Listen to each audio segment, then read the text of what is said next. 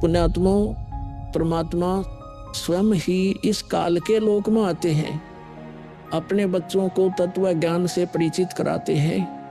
दास के अंदर उसी पूर्ण परमात्मा कबीर साहिब जी की शक्ति काम कर रही है। आप सभी पुण्यात्माओं को काल के जाल से निकालने के लिए परमात्मा इस पृथ्वी लोक में फाल्गुन शुक्ल पक्ष एकम विक्रमी संवत 2053 9 मार्च 1997 रविवार के दिन आए और सार नाम व सार शब्द खुल कर देने का आदेश दिया, जिससे आप सभी का मोक्ष हो सके। इसके बाद इस आध्यात्मिक ज्ञान के प्रचार प्रसार में बहुत तेजी आई और आज आप सभी पुण्यात्माओं को अपने निज घर की और परमात्मा की पहचान हो पाई।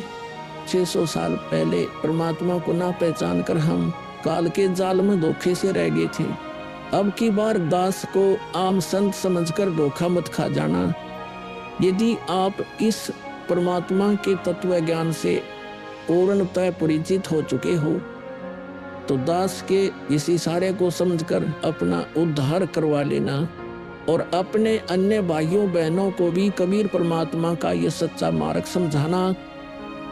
दास को कबीर परमात्मा का मिलना आप सभी के जीवन के कल्याण का कारण बन रहा है।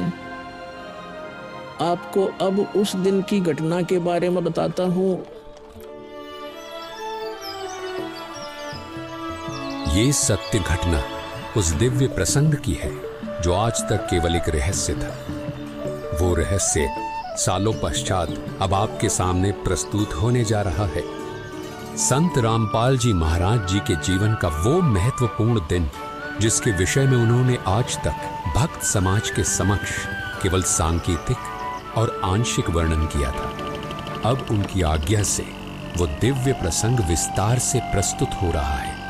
ये प्रसंग उस दिन का है जिस दिन संत रामपाल जी महाराज जी को कबीर परमेश्वर जी स्वयं इस धरातल पर आकर मिले थे।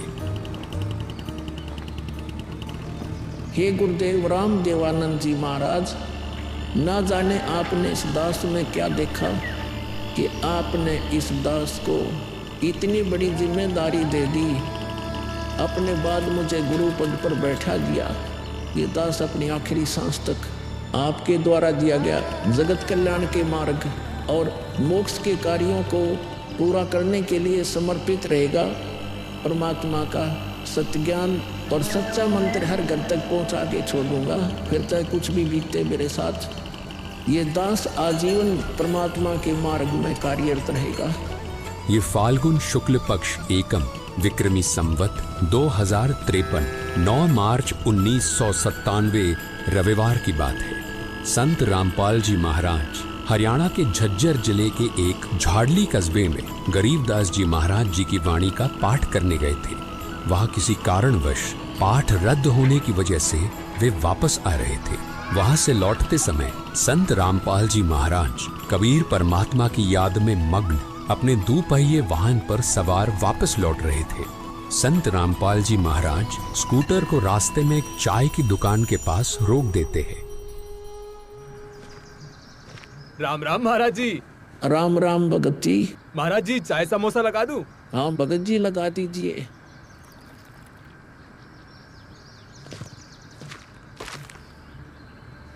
इस बोले भगत को भी परमात्मा का तत्व ज्ञान समझाना चाहिए।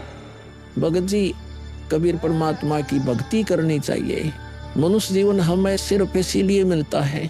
मानुष जन्म दुर्लभ है ये नलन बोरे, जैसे तरवर से पत्ता टूट गिरे वो बोर न लगता ढारी। भगत जी, इस काल लोक का कोई भरोसा नहीं है, न जाने कब किस पर क्या बिजली गिर जाए। इसलिए कहता हूँ आपको कि कबीर परमात्मा से जुड़ जाओ, नाम दीक्षा लेकर अपना कल्याण करवा लो। वो कबीर परमात्मा यह भी आपकी और आपके परिवार की रक्षा करेगा और मृत्यु के बाद सीधा मोक्ष को प्राप्त कर जाओगे। ठीक कहते हो महाराज जी।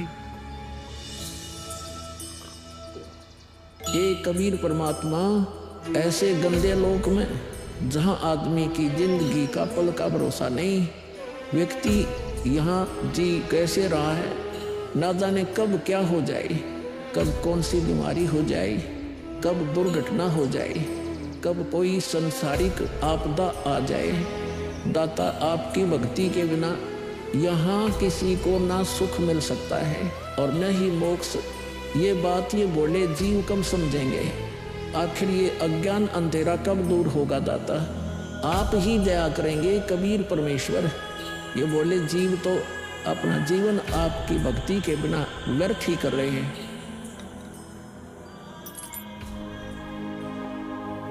चाय पीने के बाद संत रामपाल जी महाराज मातन हिल की तरफ निकल पड़ते हैं। बिन उपदेश अचंभ है, क्यों जीवित है प्राण, और भक्ति बिना काठोर है, ये नर नहीं पाषाण। आगे चलकर संत रामपाल जी महाराज स्कूटर को एक पुली के पास रोक देते हैं। इस पुलिये की खास बात ये थी कि संत रामपाल जी महाराज जी ने इस पुलिये को सिंचाई विभाग में जूनियर इंजीनियर रहते हुए स्वयं बनाया था। क्योंकि यह पूरा क्षेत्र जंगल नुमा था, इसलिए संत रामपाल जी महाराज जी को इस पुलिये पर बैठना बहुत अच्छा लगता था और नौकरी के दौरान वो इस पुलिये पर बैठकर परमात्मा की याद में खो जाया करते थे।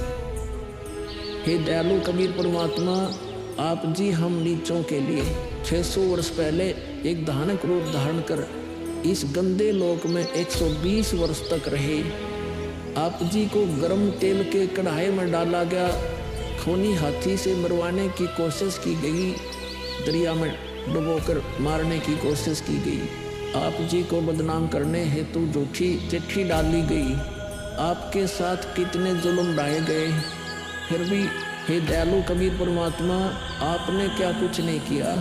अपनी सतलोक से बिछुड़ी आत्मा को अपनी शरण में लेने के लिए, इस तत्व ज्ञान को सब जीवों तक पहुंचाने के लिए।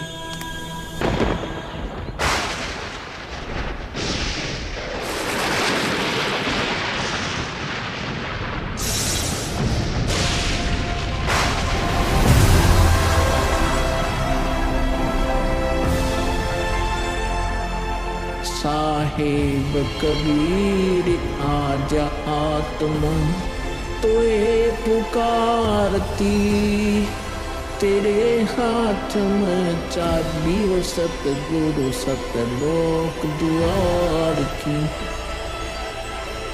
साहेब कबीर आजा आत्मा तोए पुकारती, तेरे हाथ में चाबी हो सतगुरु सतलोक द्वार की।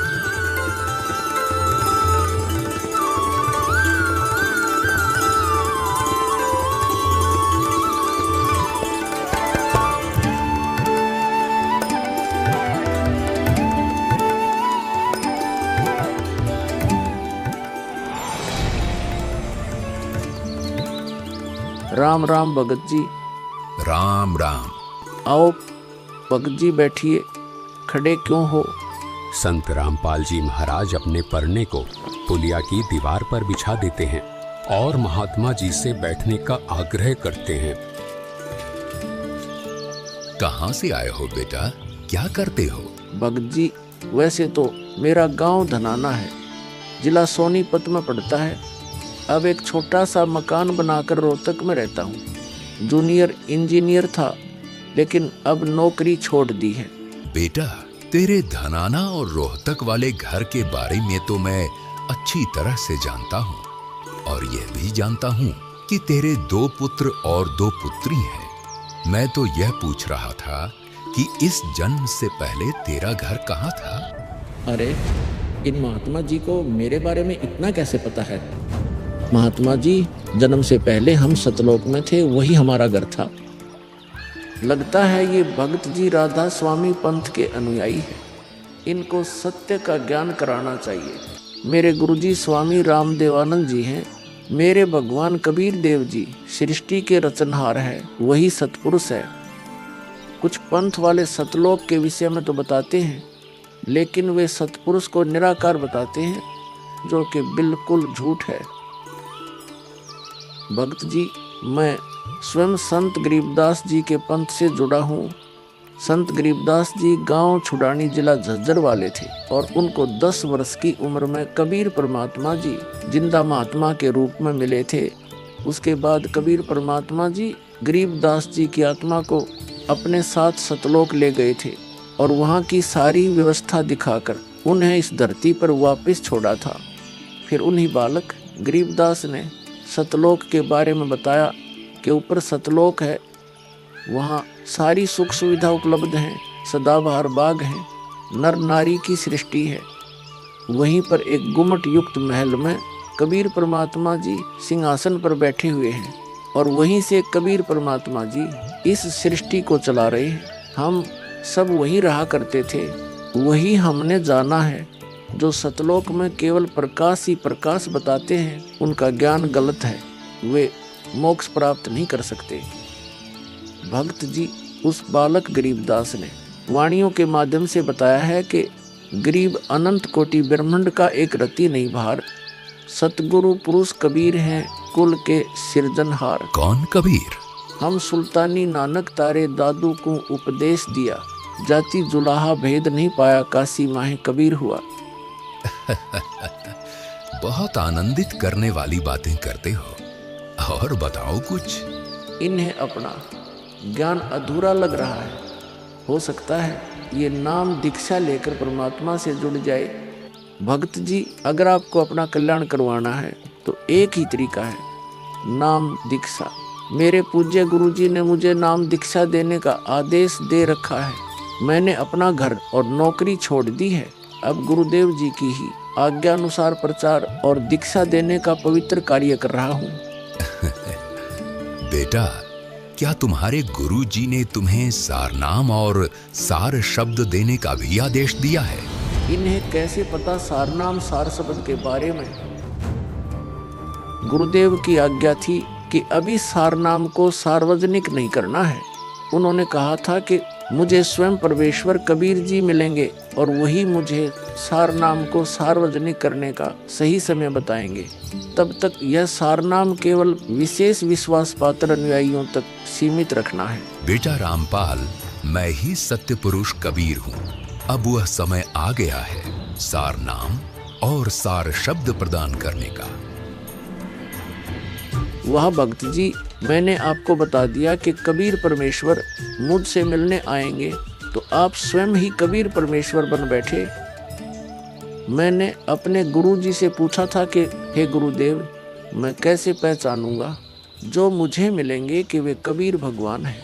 गुरु जी स्वामी राम देवानंद जी बोले, यह विश्वास करवाना व पहचान करवाना उनका काम है। तभी तो मैं बता रहा हूँ, मैं ही सत्य पुरुष कबीर हूँ। कबीर परमेश्वर जी सबको जिंदा बाबा के वेश में मिले हैं, आप तो जिंदा बाबा वाले वेश में नहीं हो। जिंदा महात्मा तो मुसलमान साधु होते हैं। मुसलमान धर्म तो अभी 1500 साल पहले ही बना है। मेरा असली वेश तो यही है जिस रूप में मैं तुम्हारे सामने खड़ा हूँ। रामपाल, तुम मेरी परम हंस आत्मा हो। जगत कल्याण के लिए मैंने ही तुझे भेजा है। अब सही समय आ गया है सार नाम और सार शब्द देने का। मैं कभी सिर पर मुकुट, कभी पगड़ी, कभी टोपी धारण कर लेता हूँ। चारों युगों में आता हूँ।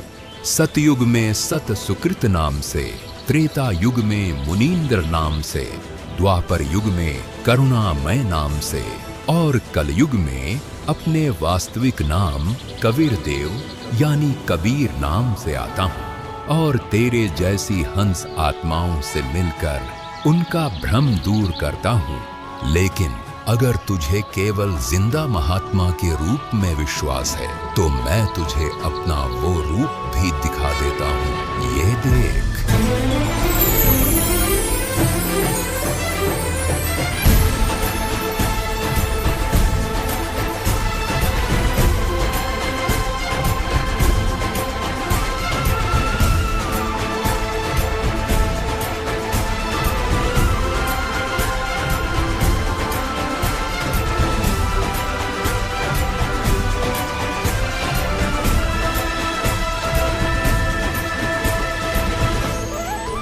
हे परमेश्वर, मुझे क्षमा कर दीजिए।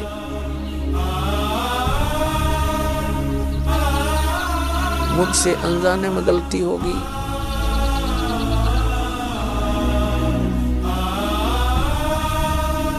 आपने मुझे साक्षात दर्शन दिए और मैं आपको पहचान न सका। मुझे क्षमा कर दीजिए परमपिता। बेटा रामपाल, अब वो समय आ गया है जो मैंने धर्मदास को कहा था कि कलयुग बीते 5500 पांचा, तब यह वचन मेरा होगा साचा। यानी जब कलयुग 5505 वर्ष बीत जाएगा, तब मैं खुद इस धरातल पर आऊंगा और अपने बच्चों को तत्व ज्ञान समझाकर इस काल लोक से सतलोक ले जाऊंगा। बेटा रामपाल, तुम मेरी परमहंस आत्मा हो। अब इसके आगे बेटा, मैं ही तेरे रूप में सारी लीला करूंगा और यह तत्व ज्ञान अपने बच्चों को बताऊंगा, उन्हें सतलोक की राह दिखाऊंगा।